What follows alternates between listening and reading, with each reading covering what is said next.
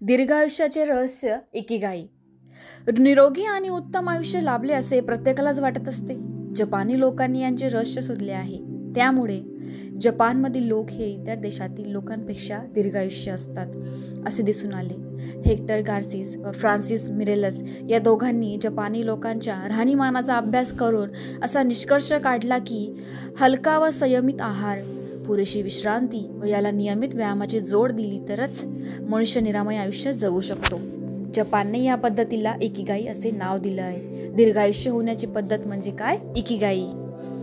जपानमध्ये निवृत्ती किंवा रिटायरमेंट यासाठी प्रतिशब्दच नाहीये, कारण शरीर साथ देते तोपर्यंत काही ना काही काम करीत राहायचंच ही जपानी माणसांची जीवनशैली असते.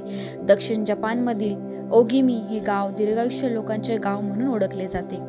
येथे सर्वाधिक लोक हे दीर्घायुष्य असल्याचे आढळून आले आहे. बागेत काम करणे, वाहनाने जाण्यापेक्षा चालत जाणे, स्वतःला कामात सतत गुंतवून ठेवणे यामुळे वयस्क होण्याची प्रक्रिया मंदावते असे दिसून आले आहे. माणसांना सतत बौद्धिक व्यायाम करून मेंदूला सक्षम ठेवायला हवे. नवे शिकवण्यासाठी वयाला मर्यादा घालू नयेत. सतत नवे काहीतरी शिकत राहिल्याने मेंदूतील पेशी कार्यक्षम असतात. तणाव हा दीर्घायुष्यासाठी मारक ठरतो. विचार करीत बसल्याने आपले मन चक्रव्यूहातून अडकते. विचारचक्रातून बाहेर पडण्यास आपण नवीन शिकले पाहिजे, पण जीवन पूर्णपणे तणावमुक्तही नको.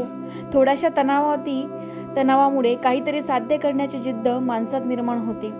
तो मन लावून काम करतो. अपयशाने तो खचून जात नाही, उलट त्यातून त्याला यश साध्य करण्याची प्रेरणा मिळते.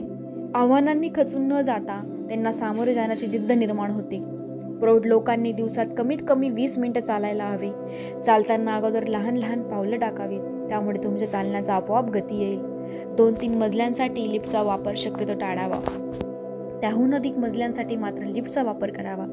जमेल तितका सामाजिक कार्यात भाग घ्यावा, त्यामुळे मनात नवीन विचार येतील व शरीराची हालचाल वाढेल. साचलेल्या पाण्यावर शेवाळे साचते, तसेच बसून राहणाऱ्या माणसांची गात्रे शिथिल होतात.